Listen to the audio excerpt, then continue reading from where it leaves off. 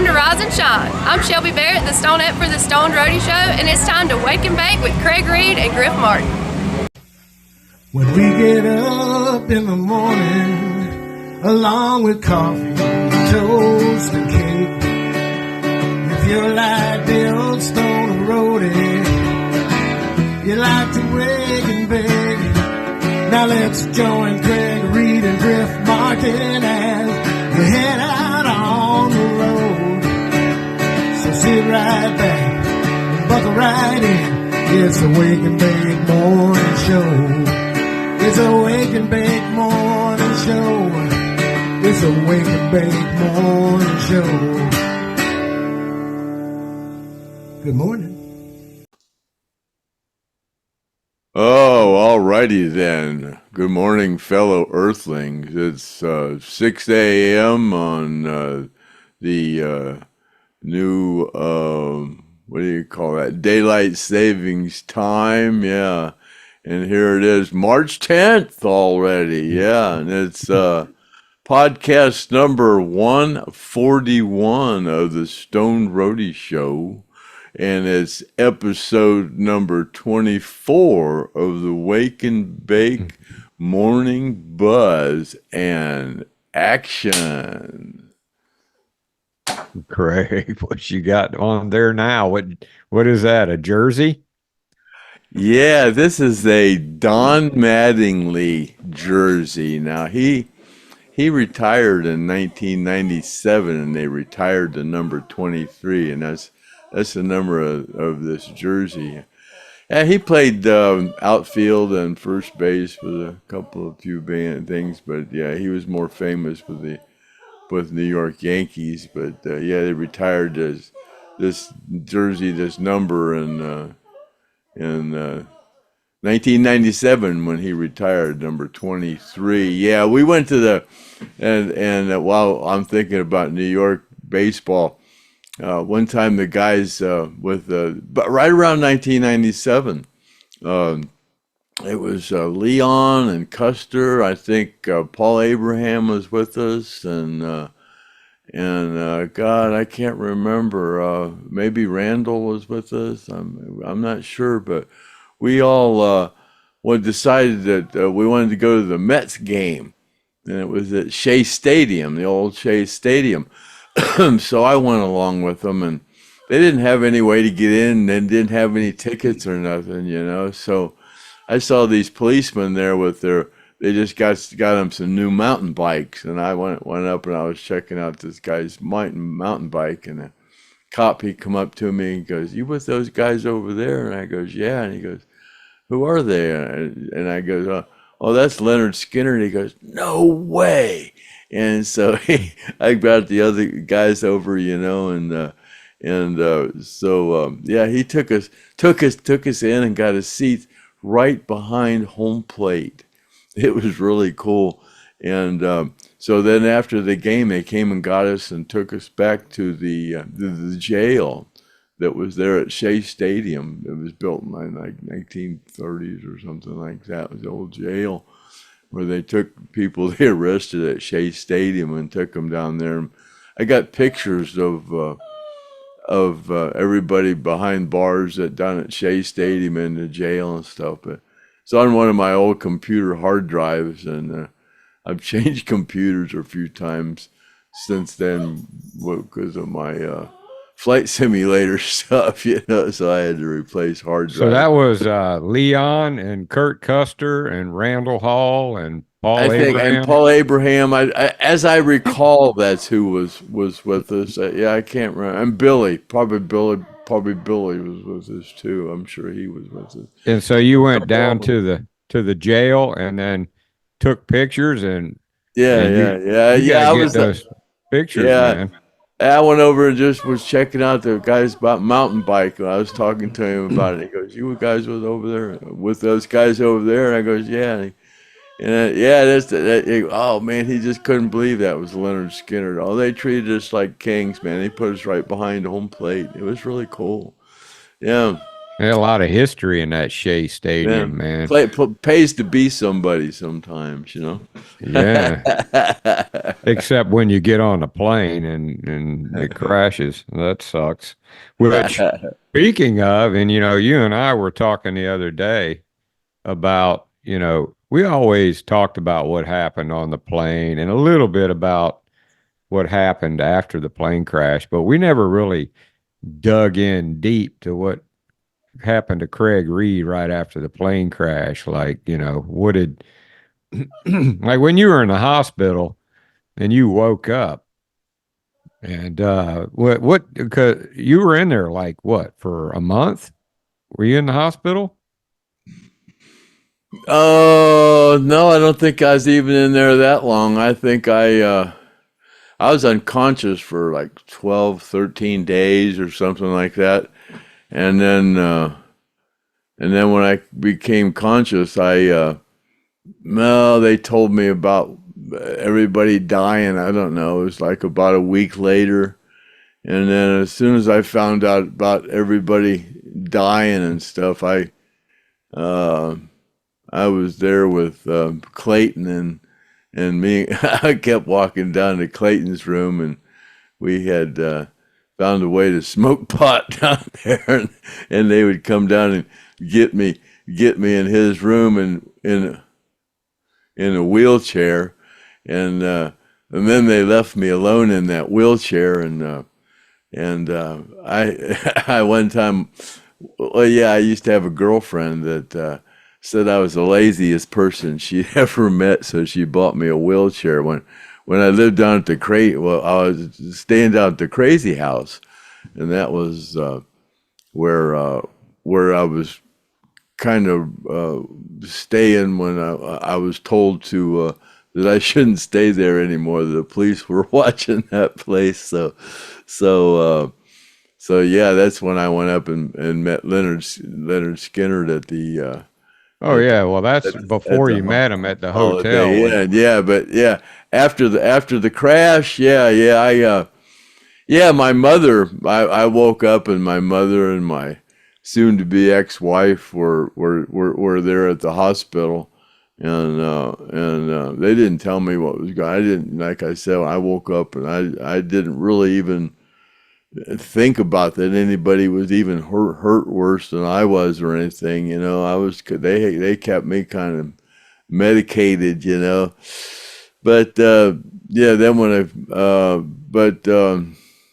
I'm getting lost here.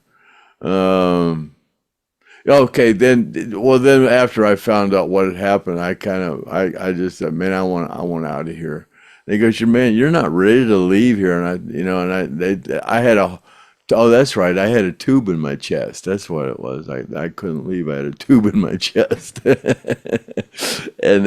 as soon as they pulled that tube out, I said, "Okay, man, I want to leave." And it goes, "No, we got to keep you here for, that's an open wound, so we got to keep you here." So I stayed there about, I don't know, 5 more days or something like that. And I goes, "Okay, man, the bandages are off or whatever." And I said, "Man, okay, I'm out of here, And they made me sign papers to leave, so I went and tried to rent a car. In Macomb, Mississippi, you couldn't even rent a car, and so I wanted to take all my suitcases and stuff were over at the police station, and everything was all busted open. So I went over there and claimed all my stuff that was at the police station. Well, So, you and I went back to the hospital when we went and visited the crash site. Do you remember the hospital when we pulled up? Do you remember anything about the hospital when we went back there? no, I went to the hospital and everything, and checked it out. But yeah, I don't. That didn't bring back any, like you didn't remember any No, of I that? went and saw the memorial, the little memorial they had there, and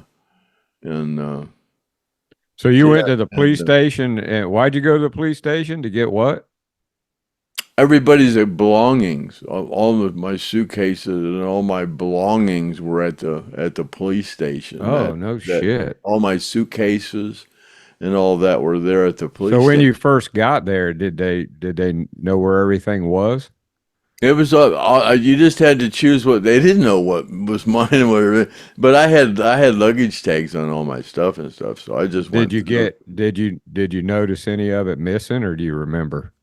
No, I don't remember. There's a lot of stuff that was in my briefcases. Silver necklaces and stuff. That stuff might still be out there at the crash site. I had a real cool silver Coke spoon that I never seen after that.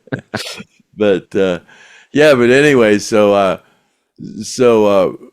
I had all my ribs are broken. I got a broken foot and a broken arm, and I went and I couldn't rent a car, so I rented a Ryder truck, and my mother was with me, and she was gonna drive, and I couldn't take it. I couldn't fly because everything was all busted open.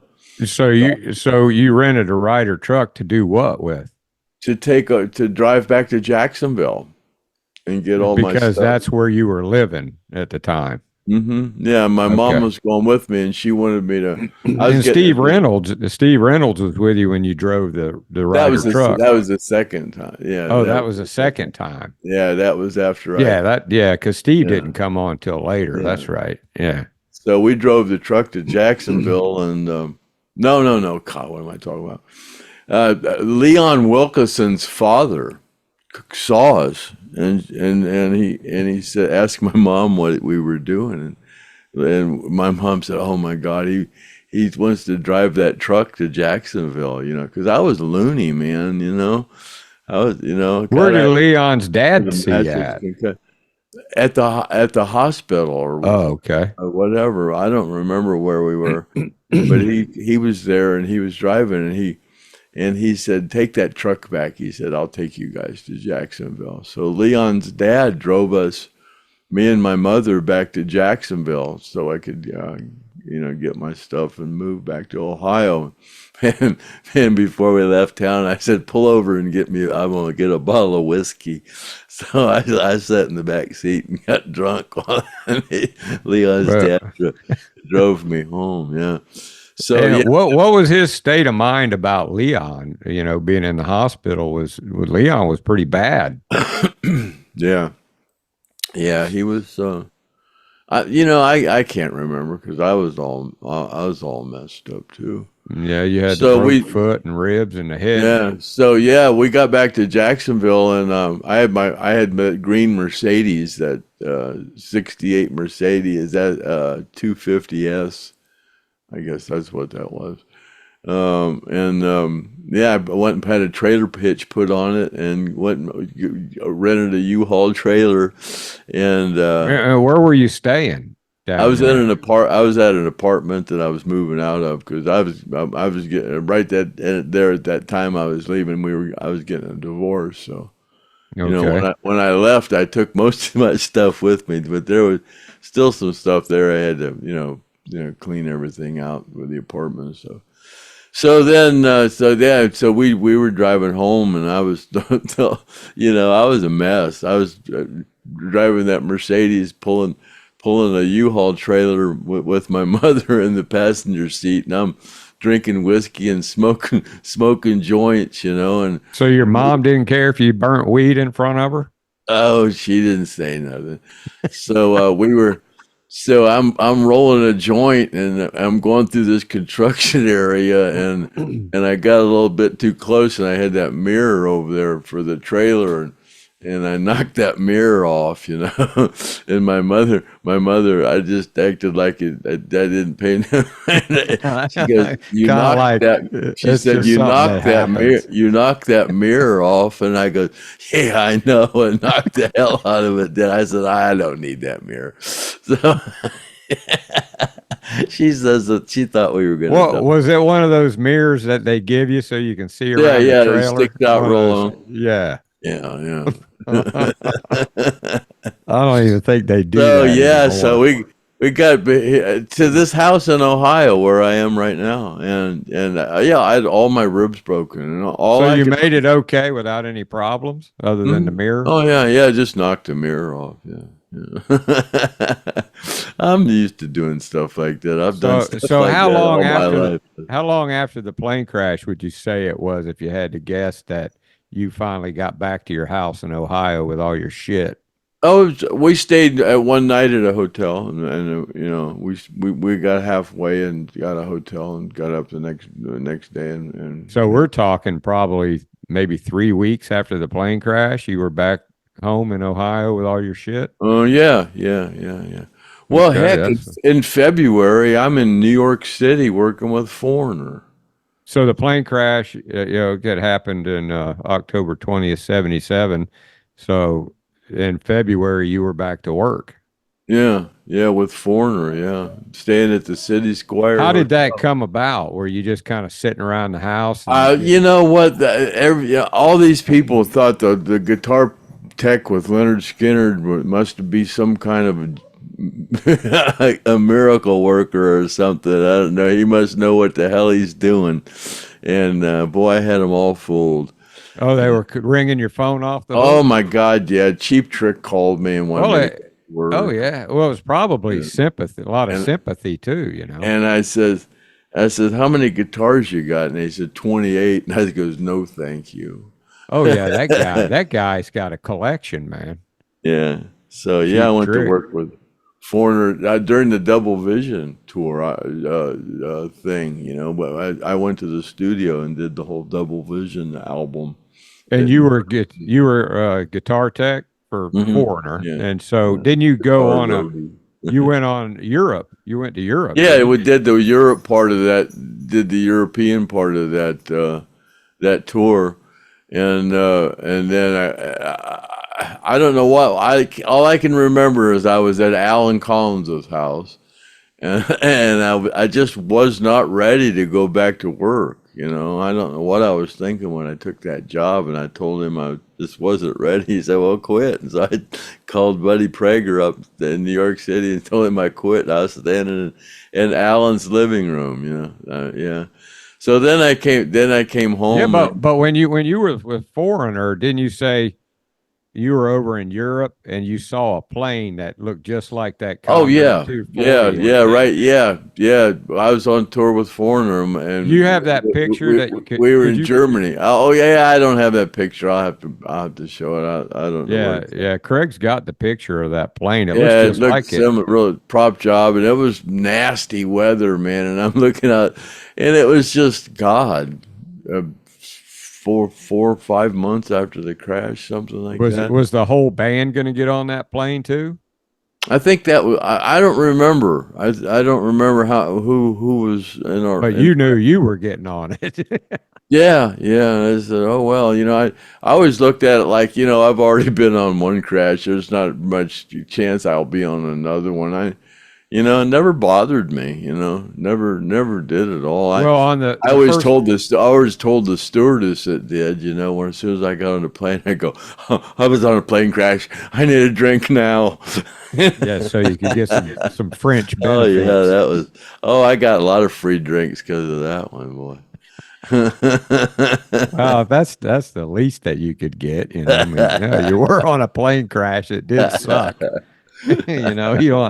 You don't. Yeah. Maybe you probably did have some anxiety. I'm sure. Oh yeah, it messed with my head. I'll have to admit that. So how long do you think you were in Europe before you I guess you took a break the first leg of the tour and then you went to God, Allen. I don't remember how long that Yeah. European tour was. Probably 4 months. I don't know. And then you ended up staying with Allen and then they called you and told you, Oh, "Hey, it's I was down there for a little bit. I think I was down there staying with Chad. Chad and his mother at the beach. but you And, were divorced, right? yeah, From yeah. so I you went were kind of like hanging out She there. she was having some difficulties. Chad was a problem child. Huh. And she Oh was yeah, you told me she you had to spank him she or something she for something. she was having some difficulties with him at school, and she was always getting phone calls, and he was a Not Chad. yeah. Well, they thought he was the devil, because they knew that his dad worked for Lynyrd Skynyrd, and they that was because he went to a Christian academy, and they thought he was the devil. Oh yeah, they did. Yeah. So what was it? What was he doing? Just acting up in school, I and don't know what he was doing. didn't something happen like you said? Okay, Chad, if one more thing happens, I'm gonna have to bust your ass, right? Yeah, And it did. yeah. There was one thing I got on him really hard about is the minute your mom wants me to just says that you're just uncontrollable, and you're just kind of have to just straighten up, and I said, man, anytime soon you get a call that she's got to go to school for something you did, you're not gonna enjoy the consequences. And I mean, it wasn't the next day. He said he wasn't guilty, but yeah, we had a little So you had to roundabout. tear that ass up, huh? How old was he then? God, he was only about Oh, I don't five, remember. maybe 8, five maybe. or I eight. don't Yeah. know. I So don't. then, so you got a call to go back, and you said, "No, I'm not going back. I don't want to go back on the Oh, field." no. 78, I didn't go back to work, and then 79, I went out to work. I went with Journey. So what But did I you was do? What did you do between Journey and partied. Foreigner? Just It were you? was Didn't one. you say? It was one of those things. It was like when I got with Skinner the first time. I was just about to get arrested with a bunch of people for drug trafficking, and then when I took off with Journey, same thing happened. After I left, all my friends got busted for drug trafficking. One of them showed up at a Journey show with his kid. He was living in Florida, and he was under an assumed name, and he was in the dressing room, and Neil knew what was going on. And Neil was a little bit freaked out. This guy's a fugitive of justice, hiding out and going under an assumed name. Got his kid in a school under an assumed name. And Neil's going, whoa. And he's at the show. But remember, you told me, you said when you were recovering from your wounds that the rehab nurse was your first girlfriend after that or something. Yeah, Right? yeah. Where was that, in Ohio? Yeah, right here in this house. Yeah, I mean, So all the my rehab ribs nurse got was all coming my out? ribs broken, and my mask of concussion, and my arms broke, my Was she foot giving you, broke. Craig? Was she giving you some special massages? Oh yeah, she was cool, man. She was real pretty. She was cool. And Then then I you went out. called her I back went out. later. I You went out called. on tour, and then I come back, and I called the only number that I had on her, and I guess that was her mother called and said she's getting married. Yeah, because somebody had to raise the baby. Oh yeah. So then, yeah, because I was telling you that my buddy, when I worked at Piper Aircraft, and we got free pilot lessons. If you wanted to get a pilot's license, you could get it free. So he went ahead and got it. And you remember that guy I told you met him at the Polk Theater, and he was in the plane crash that he crashed that little Archer, and he wanted me to go flying with him that night, and I said no.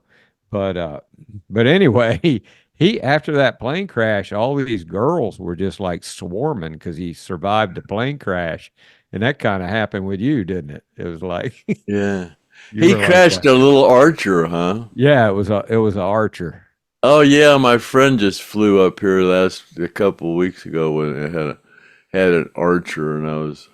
Yeah, that's like a little four-seater. That's a Really, trainer, a real really nice light. trainer. Yeah. Yeah, it's almost fly itself from what I understand. Yeah, it's one of the best trainers they make, I guess. Yeah. And so you wrote down all the girlfriends' names, or not their names, but you said you had like 13 of them or something. I was having a hard time. I, I was having a hard time figuring out which ones were between which bands. Yeah. One of them you did So something with a shopping cart in a Mercedes. No, the shopping cart was with the rent-a-cars. But I'll get to that. Oh here. yeah, that's right. There was All right, three of go them ahead. when I got with Skinner. I had three girlfriends active, and then I got home, my first one was the rehab girl, and then there was the one where I was the one I had in my Mercedes. Yeah, I was going to this bar over here called Kozar's, and it's over at Nemisilla Reservoir, and there's windy roads going back there. The bar's not there anymore, but I was intoxicated, and I was going around these curves, and I was sliding sideways going around these curves. It was kind of rainier, and there was a car coming the other way that wanted his side of the road, so I had to cut it real hard, and I ended up down about 6 feet from going in the lake. So I went down to Kozar's, and these guys come up in trucks and pulled me out of the thing, and I drove home. Drove a Mercedes home, and it knocked all it did. Well, it dented up the whole side of it, but it tore the exhaust off, and I had a whole new exhaust put on it down at Midas, so I took it down there, and they replaced the whole damn thing. As I'm leaving, I goes, God, that's pretty cool. Run my car in their damn lake, and you guys replaced my exhaust. He goes, you didn't tell me that's what happened. He thought it had fallen off and I'd run over it. He didn't know. Oh, yeah. Too late. You already did it. He said, I didn't. He didn't tell me that. Well, it's on there now. Get out of here. Yeah, so I had to get that repaired. Yeah. So, but yeah. The other one that was in a rent-a-car. I think that was after Foreigner. I believe that was after Foreigner. I had a girl with me, and she worked at the draft house where I met Linda Blair up there. She worked up there at that draft house. Where was that at? 2 miles from my house. Yeah. And you met Linda Blair there? Yeah. Well, she was there. She was there with Rick Derringer, and that was one of my hangouts there. I knew everybody up there. Everybody. Oh, so you'd already known Linda Blair from before. Yeah. Again, right? Yeah. Yeah, everybody. That was after the crash, so I was like a celebrity up there. Oh yeah. So what did she say? Was she glad to see you after the plane crash? Oh my God! I walked in there, and one of the security guys goes, "Hey, Craig, you'll never believe who's here." And I goes, "Who?" He goes, "Linda Blair." I goes, "No way, man!" I said, "I know her." That would be so cool to get her. So as soon as I walked around the corner, she was walking with some girl, and she saw me, and she goes, "Craig!" And she ran up and grabbed her arms around me, and everybody in the bar was looking like, he knows her. It was funny. Yeah, she was there with Rick Derringer. Oh, so she used to date Rick Derringer, huh? I don't know. I guess. I don't know. She was there. She was kind of like a little groupie girl. She hung around with bands and stuff. I don't know if they dated. I don't know. Yeah, Rick James was one of her guys. I was up in the dressing room and stuff. It was real cool. Yeah, she used to date Rick James, from what I understand. Never heard that. I think I could be wrong. You guys out there in podcast land, but you'll check me on that. Somebody will look it up and then put it in the comments. But I'd appreciate that. Yeah. So you hung out with her for a little while and just, I guess that was a long time ago. Had she already gotten in trouble for that whole cocaine? Oh God, yeah, that was. Oh my God, yeah, that was. She was the only one that paid for that. She served time on that. I think in New York. Yeah, I believe she was the only one that served time on that whole thing. They kind of picked on her, I guess, because she was the only scapegoat, one. Huh? Yeah. That'd be cool to get her on the podcast and tell the story on that. Yeah. But if you got her phone number, I'll call her, Craig. So then after that, so you're working with Journey, and how long were you with Journey?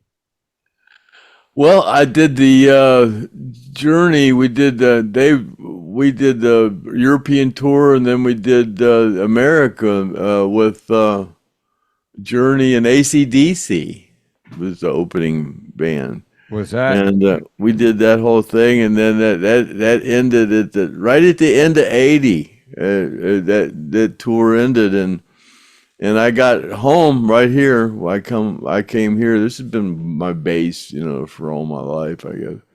which is really cool because Lynyrd Skynyrd has been to your house. Oh yeah, all of them have been. Yeah, all of them been to your house, and Yeah. I remember when I was going to stay with you there, I said, well, I already got a hotel, and you go, well, you can have Leon's room.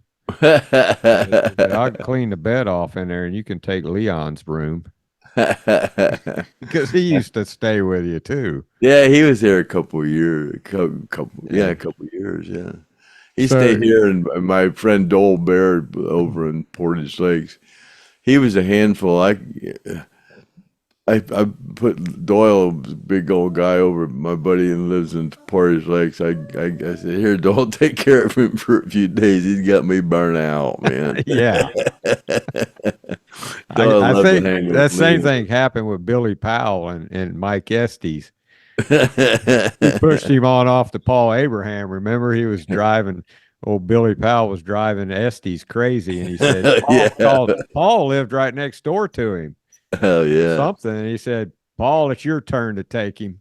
Yeah. Because he just liked to watch TV and drink beer all day and hog the remote. Oh yeah. So you were after that. So you were in Journey still, and then yeah, I got home and I called Gary and I goes, hey man, what's going on? And I said, I just got off this tour with Journey. He goes, man, we're putting the band back together. You gonna come with us? I go, God, yeah, man, I'm on my way. And that's when I got down there, and they just handed me the keys to the warehouse, and I opened the door, and shit, you couldn't even get to the equipment. It was all covered in clothes, man. So I just started, going through everything I could. I said, well, God, this is, I recognize was stuff that was on the plane too, right? Mm-hmm. A lot of that. Yeah, stuff. everybody's stuff that was on the plane, they didn't know what stuff that wasn't claimed at the sheriff's department where I went to claim all my stuff. Anybody that didn't go there, they just took everything and shipped it to Jacksonville and threw it in that warehouse.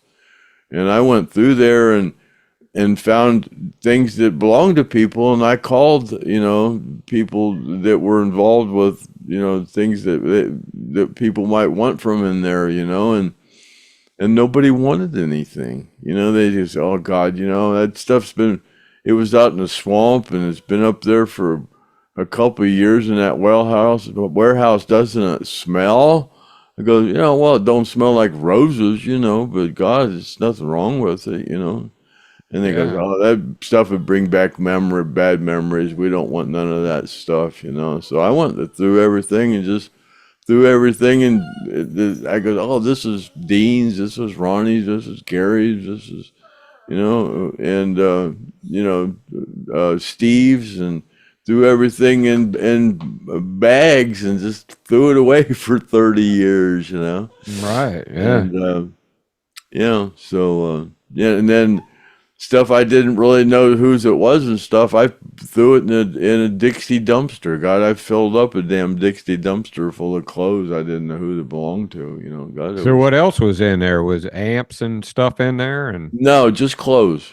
Oh, it's just stuff off the plane. Clothes. Yeah, just clothes. That's all they had strung. Where were they keeping all the old like equipment and stuff, like the old amplifier? Well, that was all at the warehouse. Yeah, all the amps and stuff were right there at the warehouse. Yeah. Was it all in pretty good shape? It just kind of had to go through and see if it all still. It was worked? all that stuff was in trucks. It wasn't none of the stuff was on the plane. That was all the. No, I know, but was it still? It sat for a while, so you had to get it ready. Oh yeah, it was fine. It was in good shape. You did that by yourself. They just needed somebody that knew how to put it back together, and I was the only one that knew how to put everything together. Yeah. So you did that by yourself? I knew exactly how the old amp line was put together. I knew every chord. I knew how to plug everything up. I knew exactly how to do everything. That's why I was kind of impotent, I guess. I don't know. I guess people could have figured it out. I don't know. And the first gig after that was what that they did? Oh, Washington Collins. God, we went on that. Shoot, man, I don't remember. I mean, the first one had to be like really cool because it's kind of like the return. Well, of we Lynyrd went Skynyrd. to. I don't remember. We did. We went. We didn't do any. We went. We went right to El Adobe Studio in El Paso, Texas. Me and Mike Sparks took all the equipment out there, and they went out there and they more or less put it together right there in El Adobe Studios. Wow. I went and bought Dale a typewriter, and she wrote all those songs right there at El Adobe, sitting there on the typewriter. Yeah. So they were just like getting ready they had to write all To those put songs. to put an album yeah, they went out there. That they had an engineer, I forget what his name was, but he knew these people out there at El Adobe. A guy owned the disposal, all the garbage disposal trucks and stuff in El Paso, Texas. He owned all that, but he was, that's what his main gig was. But he put together a recording studio and we were out there. First rock band really that ever had been in there. It was a really cool place.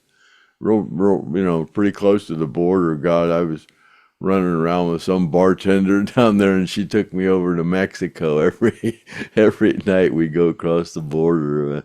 Boy, it's a wonder. Whew, that was a wild time. So what was that like when they were like, they had everything set up in the studio and all you had to do was kind of hang around and make sure everything worked while they were writing?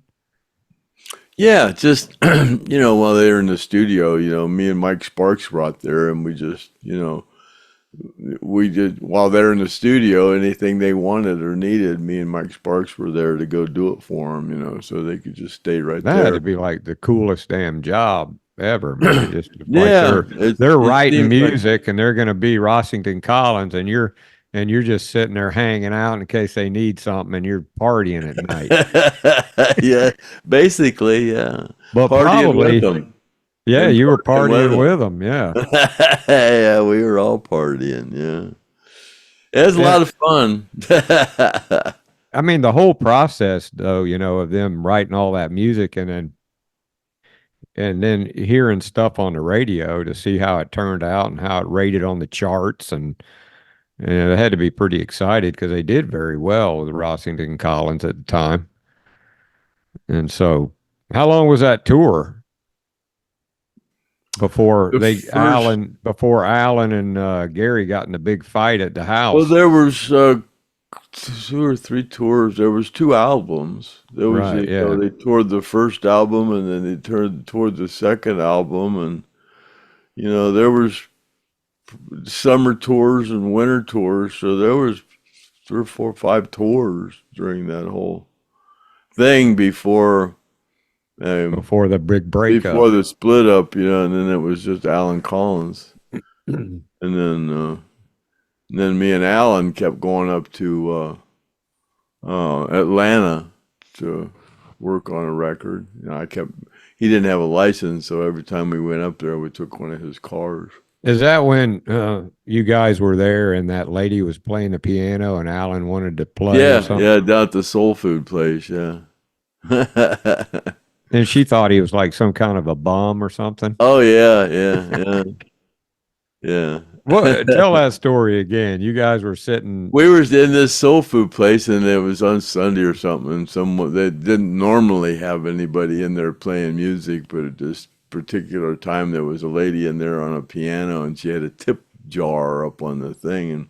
And when we were in there eating, and Alan kind of went up to her and wanted to sit there, get on the piano and jam with her or whatever, and he kind of asked her, and she just kind of said no. I mean, he looked like he hadn't slept or took a bath in a couple of days. He's barefooted. I mean, he looked like a. So she kind of blew him off, So when we were leaving, he put $100 bill in her tip jar, and it kind of freaked her out. Yeah. You She didn't never expect know, that. Usually it's the other way around, somebody give the bum the money. You just never know, Yeah, he didn't look like a millionaire. And then you guys, I guess you were in Jacksonville, and then they got in a big argument. Was that at Gary's house that happened? At Alan's house, yeah. Alan's house? Sitting in the kitchen, Alan's house over there on the creek? Yeah, at Joyington Creek, yeah. And then that's when Alan goes, "Why are you still here, Craig? You're buddies with Gary." And you went, "Well, yeah, oh Gary no, left." that was the next couple days after Gary left. I guess probably the next day after Gary left, and I went over and I knocked. I was at the back door, and Alan come up and says, "What do you want? You're Gary's buddy. What do you want?" Because, well, Gary's gone. I need a new buddy now. and then come on in. That's when the partying began. Oh God, yeah, we became really cool. Yeah, we were. Me and Alan were always together for a long time. If you've seen Alan, you've seen me.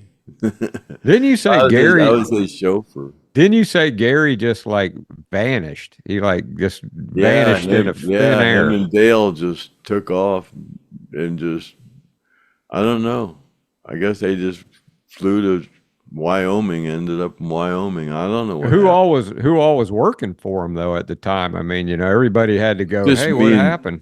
Just me and Mike Sparks. But the rest of the band too, the guys in the band. Well, yeah, it was Randall Hall and Barry Harwood and Derek Hess and Billy and Leon, and then they just hired Jimmy Daughtery to sing. That was the only difference. And so then when it turned into just the Alan Collins band, that's when it really got exciting. Oh, it was nuts, yeah. That's when you said they were people snorting cocaine crumbs off the shag carpet. Oh, it was crazy. That was, yeah. And you had to actually get out of there because it was so bad, right? Didn't you say it was? Well, after the band, after New York City, after he walked off stage and stuff, I came to the realization that it was over, he was so far gone. I mean, he was so addicted to shooting up the lottos and stuff.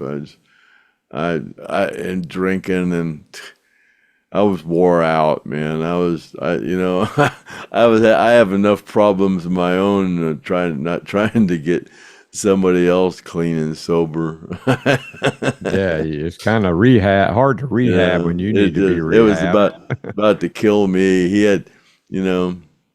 had so much money. It was just nonstop. It was always there. He couldn't get away from it. Not that I wanted to, but I knew I needed to, I guess. I don't know. Then where did you go? Where'd you go? I went back to Ohio, yeah. Yeah. And you just kind of did union work or working that was 84. Yeah, I basically went right to work with Marshall Tucker because I had gotten Raymond. Raymond was kind of out of work for a while, and he was a drum roadie. And while I was down there at the Alan Collins studio late at night, Raymond was looking for a job, and I said, well, Marshall Tucker needs a guitar roadie. Come down here and I'll train you to be a guitar roadie. So he came down to the studio on Jacobs, and for for about a couple weeks in a row, and I trained him how to be a guitar roadie for Marshall Tucker, and he went out and did guitars for Marshall Tucker for a while.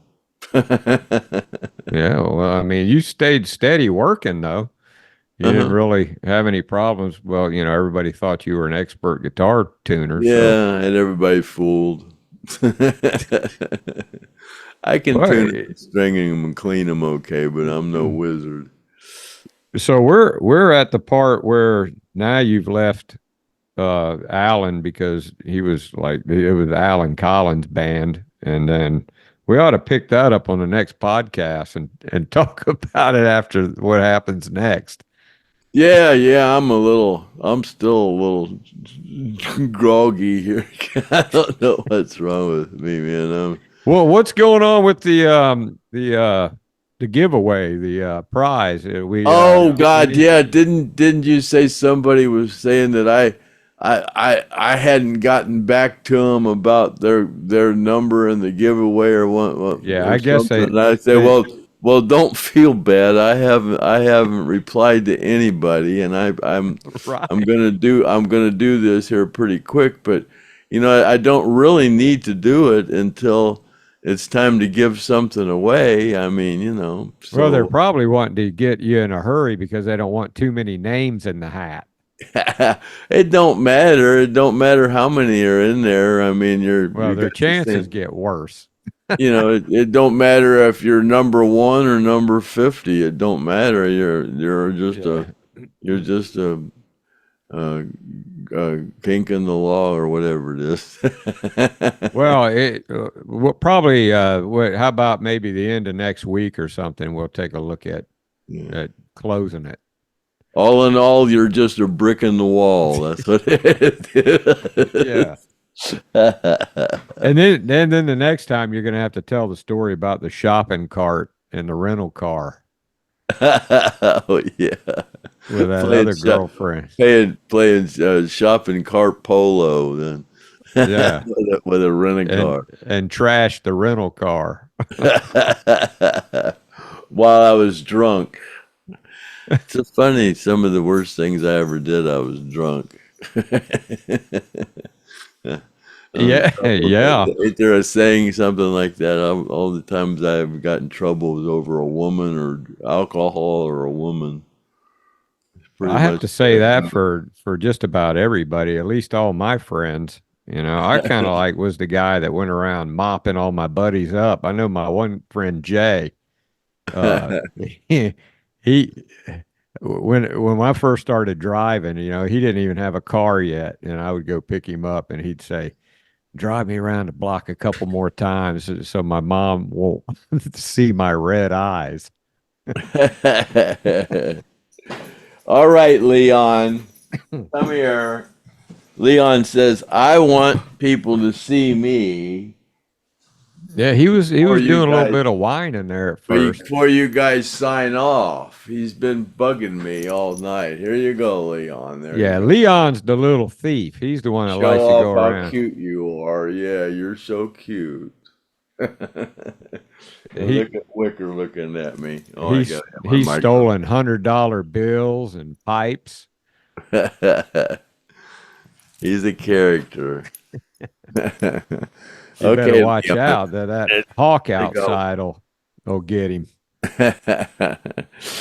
All right, are we ready to go? Let's wrap it up, man. Let's wrap it up. All right, this has been the Stoned Roadie Show, Wake and Bake, the Morning Buzz, and Griff said we've got on here and jibbered enough, so I guess that means it's time to go. So we're out of here. Cut.